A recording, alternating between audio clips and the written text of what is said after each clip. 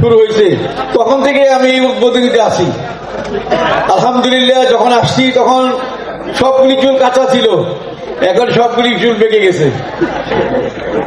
তো এই দিনটার জন্য আমিও, আপনারা যেমন অধীর আগ্রহে অপেক্ষায় থাকেন, আমিও থাকি যে সবার সাথে একটা দিন সবাইকে একত্রিত পাবো। সবাইকে তো একত্রিত আমরা পাই না, পাই না, তাই না? তো আমরা আজকে দুই চারটা কথা আপনাদের সাথে শেয়ার করব।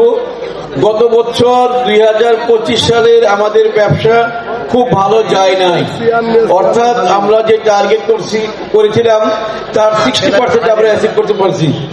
এই বছর আমাদের টার্গেট গতবারের সমানই আছে, কিন্তু সব কোম্পানিগুলিতে টার্গেট সাধারণত 25% বাড়তেই থাকে। আমরা সেটা নিয়ে নিয়ে এবার গত বছর আপনারা মনে মনে বলতে পারেন এই জন্য কি আমরা দায়ী? না, এই জন্য আপনারা মোটেই দায়ী না। এইটার জন্য আমাদের বৈশ্বিক বাজার এবং অন্যান্য ক্রিয়াকলাপ আমাদের মন্দা ছিল, সেই জন্যই ব্যবসা ভালো হয় নাই।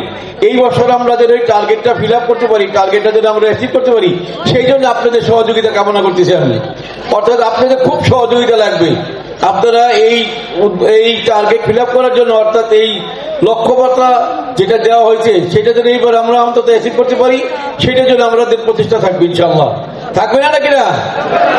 ইনশাল্লাহ আমরা তা বিশ্বাস করি, কারণ আপনারাই আমাদের শক্তি, আপনারাই আমাদের কোনো আলাদা। আমি অনেক সময় যারা আমাদেরকে অনেক পুরাতন আছেন শুনছেন যে আমাদের কোনো ব্যাংক নাই, কিন্তু আমাদের ব্যাংক আছে সামনে। আপনারা যারা আছেন তারাই আমাদের ব্যাংক।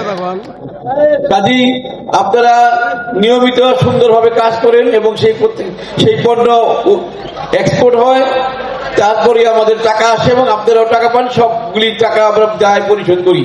কাজেই এই বছর আমাদের অনেক দায়িত্ব, অনেক পরিশ্রম এবং সুশৃঙ্খল ভাবে কাজ করা। পরিশ্রম করলেই হবে না, পরিশ্রমের মধ্যে সুশৃঙ্খলতা থাকতে হবে। সুশৃঙ্খল ভাবে আমরা কাজ করলে আশা করি আমরা সফলতা লাভ করবো। তো এই আজকের এই ঘোষণার মাধ্যমে আমি বেবিলন ক্যাজুয়াল অবনী ফ্যাশনে অন্যান্য প্রতিষ্ঠানের শুভকামনা করছি যে অনুষ্ঠানটা খুব সুন্দর এবং সুশৃঙ্খলভাবে শেষ হবে। আপনারা সবাই এনজয় করবেন। ধন্যবাদ। ধন্যবাদ স্যারকে।